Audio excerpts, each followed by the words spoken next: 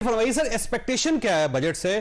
क्योंकि इस बजट से पहले जो लोग हैं मेरा ख्याल है वो रो रहे हैं और उसके बाद शायद मजीद रोएं। जावेद साहब, मेरी एक्सपेक्टेशन है कि बातें बहुत बड़ी होंगी, हकीकत बहुत छोटी होगी। कल बातें होंगी कि हम लोगों ने ये भी करना है, हम वो भी करना है, हम short term, medium term, long term मईशत को दुरुस्त करने के लिए ये करेंगे। आप शायद ये भी सुन लें कि हम एक्सपोर्ट बेस्ड प्रोडक्ट ब्रॉडन करेंगे, हम स्ट्रक्चरल रिफॉर्म्स लेके आएंगे। इस किस्म की सारी बातें होंगी। हकीकत बेसिक सिंपल ये है कि क्या ये बजट जो है ये IMF के प्रोग्राम के अंदर अंदर, उसके स्ट्रक्चर्स के अंदर अंदर रहते हुए बनाया गया है? क्या इसका रेवेन्यू प्लान रियलिस्टिक है या नहीं? और क्या ये बजट पूरा माली साल को नजर रख के बनाया गया है या सिर्फ 2 महीने की मुद्दत जो इस गवर्नमेंट की होगी, जुलाई से लेके अगस्त में, जुलाई में शुरू होगा अगला माली साल, अगस्त में इस गवर्नमेंट की मुद्दत खत्म हो जाएगी। उससे आगे क्या इन्होंने कोई चीज माइंड में रखी होगी ये खत्म करने के लिए? मेरी नजर तो इसके रेवेन्यू टारगेट के ऊपर होगी और उसके रेवेन्यू प्लान की रियलिस्टिक, कितना रियलिस्टिक है, और फिर एक्सपेंडिचर्स का बेसिक बर्डन का।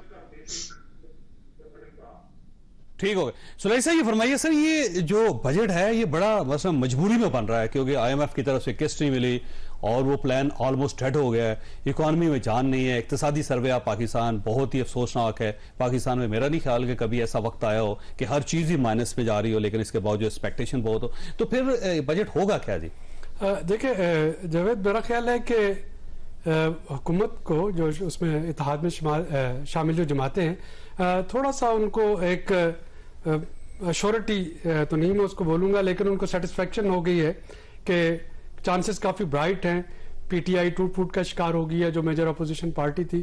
तो इलेक्शन के बाद इन्हीं में से कोई जमात जो है या इन्हीं में से कुछ जमातें जो हैं वो अगला इलेक्शन विन करने की पोजीशन में आती नजर आ रही हैं और वो हुकूमत बना रही होंगी। अब चूंकि वो हुकूमत में आएंगी जब इलेक्शन के बाद, तो ये जो सुबह जो बजट होगा, जैसा खुरम ने कहा, उसमें प्लान तो बेशक जो मर्जी दिए जाए, लेकिन आपको कोई बहुत ज्यादा उसमें आउट ऑफ वे रिलीफ नहीं मिलेगा। इसको मैं वो 2018 वाला जो छठा बजट था PMLN का वो नहीं देखता हूं, बल्कि ये काफी रियलिस्टिक होगा क्योंकि आज दोपहर तक IMF के साथ कंसल्टेशन जारी थी।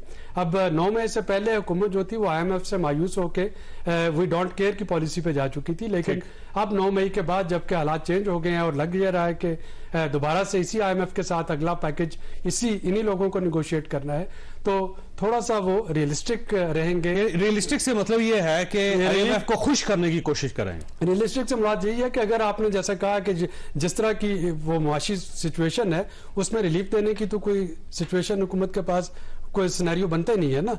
तो वो ये नहीं कह सकते कि फॉर एग्जांपल रियल स्टेट पे भी हम बहुत सारी वो जो है पाबंदियां खत्म कर देंगे, टैक्सेस खत्म कर देंगे, ये टेलीफोन जो है इस पे भी PTI ड्यूटी कम कर देंगे, तनख्वाहें भी 50% बढ़ा देंगे, जो कि इलेक्शन में एक्सपेक्टेड होता था, अमूमन होता था, सस्ती कर दी जाती थी। तो अब चूंकि, और दूसरी ये चीज है कि सारे नंबर जो भी कल पेश होंगे ये रिवाइज होंगे, क्योंकि जो सूबों के बजट है वो सिर्फ 4 महीने के लिए आ रहे हैं। पंजाब और KP जो है वो केयर टेकर गवर्नमेंट पूरे साल का बजट नहीं दे सकती, वो सिर्फ 4 महीने का बजट 120 दिन का दे रहे होंगे।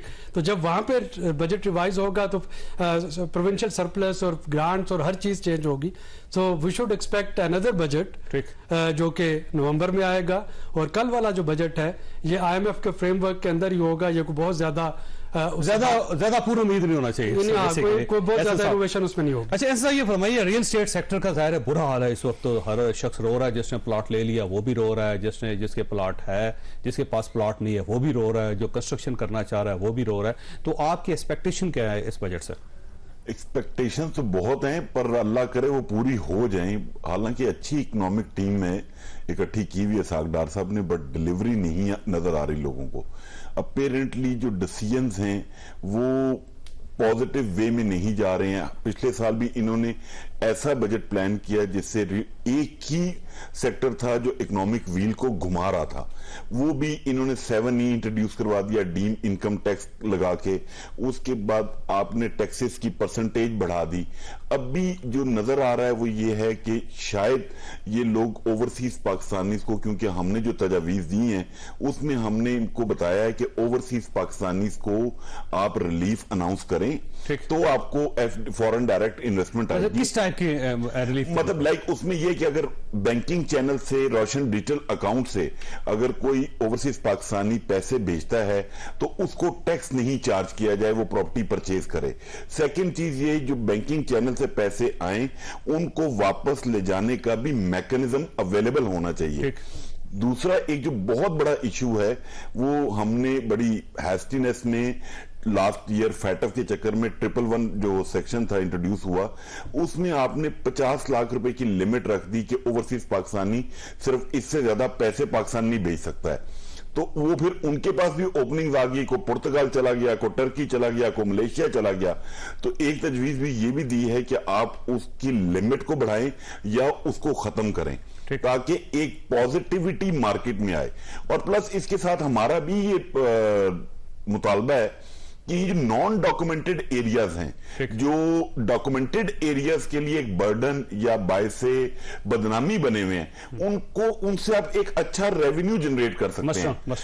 मतलब आप अगर प्राइवेट सोसाइटीज को अगर आप देखें, जितनी भी सोसाइटीज हैं वो वहां पे कोई टैक्स चार्ज नहीं होता।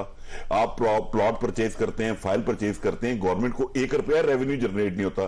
डेवलपर और बिल्डर अपनी जेबें भर लेते हैं, गवर्नमेंट को पैसे नहीं आते और उसका बर्डन जितने भी हम फाइलर हैं वो उठा रहे हैं। 35 लाख जो फाइलर हैं हम। तो आपका मशवरा यह है कि जो भी शख्स प्लॉट परचेज करे उसके ऊपर टैक्स होना चाहिए? डेफिनेटली, जैसे हम पे कर रहे हैं जो फाइलर हैं, मतलब हम ये 24 करोड़ लोगों का ये 35 लाख फाइलर लोग कब तक बोझ उठाएंगे? लेकिन असल में जो प्रॉपर्टी का इश्यू है ना वो ये है कि जितनी हाउसिंग स्कीम्स हैं वो प्लॉट्स ही बेच रही होती है, वो फाइल्स बेच रही होती हैं। तो उनके पास प्लॉट 1000 है, 10,000 फाइलें बेच रहे हैं। तो जब फाइल है उसके ऊपर टैक्स लगेगा तो वो तो उनको पूरे करने पड़ेंगे प्लॉट्स। जावेद भाई बात ये है कि प्लॉट से पहले फाइल होगी, पर ये फाइल बिकने की परमिशन भी तो हमारे अदारे ही दे रहे हैं ना। अदारों की मर्जी के बगैर को फाइल बिक सकती है? क्यों नहीं वहां पे एफबीआर वैल्यूएशन, वहां पे क्यों नहीं डीसी रेट एप्लीकेबल? जिस रेट के ऊपर ब्रोशर प्राइस पे वो प्लॉट बेचते हैं, बुक करते हैं, उसके ऊपर क्यों नहीं टैक्स चार्ज किया जाता? ये चीफ कमिश्नर साहिबान जितने भी पाकिस्तान में बैठे हैं एफबीआर के, क्या इनको नजर नहीं आता है या मतलब वो चुप कर देते हैं, आगे बंद कर लेते हैं? तो इसका मतलब ये हुआ कि फाइल हो, प्लॉट हो, उसके ऊपर टैक्स लगना चाहिए और उसके बाद बाहर से कोई आदमी अगर पाकिस्तान में परचेज करना चाहिए प्लॉट तो उसको गवर्नमेंट को रिलीफ देना चाहिए, उससे मामला ठीक हो जाए।